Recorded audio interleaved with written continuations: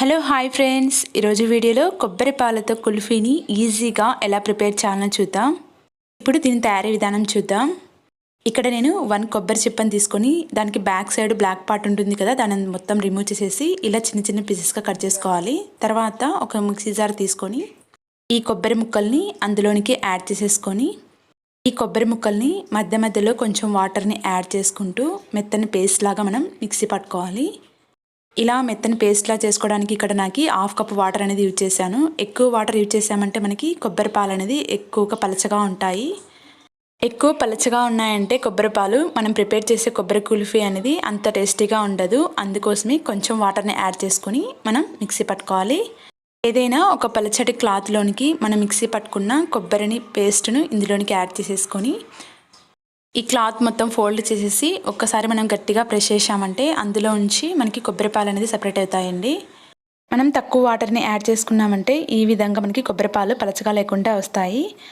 తర్వాత గ్యాస్ మీద కడాయి పెట్టుకొని అందులోనికి ఇక్కడ నేను 1/2 లీటర్ ప్యాకెట్ పాలను యాడ్ చేసుకుంటున్నాను.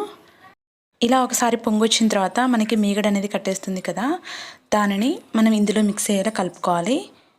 ఈ పాలను గ్యాస్ సిమ్లో పెట్టుకొని మనం తీసుకున్న 1/2 లీటర్ మిల్క్ అనేది 1/2 వరకు కుక్ అయ్యేంత వరకు మనం బాయిల్ చేసుకోవాలి. తర్వాత ఇందులోనికి టేస్ట్ కోసం 2 టేబుల్ స్పూన్ పాలపొడిని యాడ్ చేసుకోవాలండి.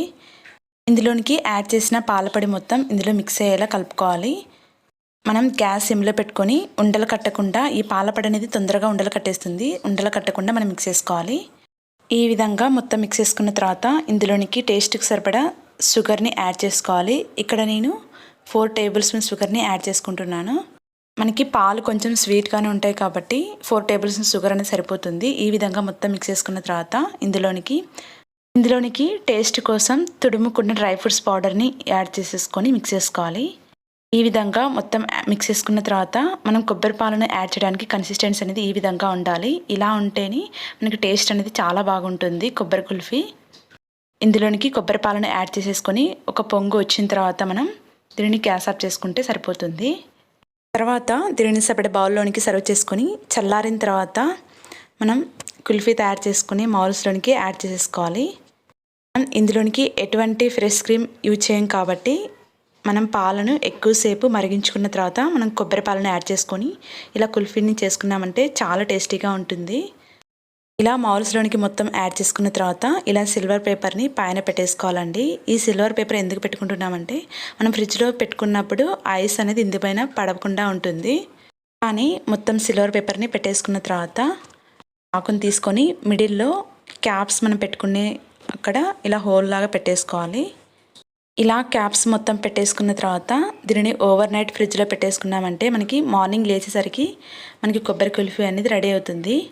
దీనిని మనం ఫ్రిడ్జ్లోంచి తీసిన వెంటనే దీనిని కుల్ఫీని బయటకు తీయద్దు. కొంచెం వాటర్ని ఒక బౌల్లోని కానీ ఎందులోకైనా తీసేసుకొని అందులో కొద్దిసేపు పెట్టేసుకోవాలి.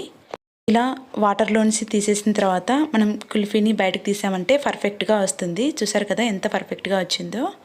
నేను అన్ని కుల్ఫీలను బయటకు తీయట్లేదు, మా పిల్లలు స్కూల్ నుంచి వచ్చిన తర్వాత తీద్దామనేసి ఇక్కడ మీకు చూపించడానికి ఒక కుల్ఫీని తీశాను. ఈ వీడియో నచ్చినట్లయితే ప్లీజ్ సబ్స్క్రైబ్ చేయండి.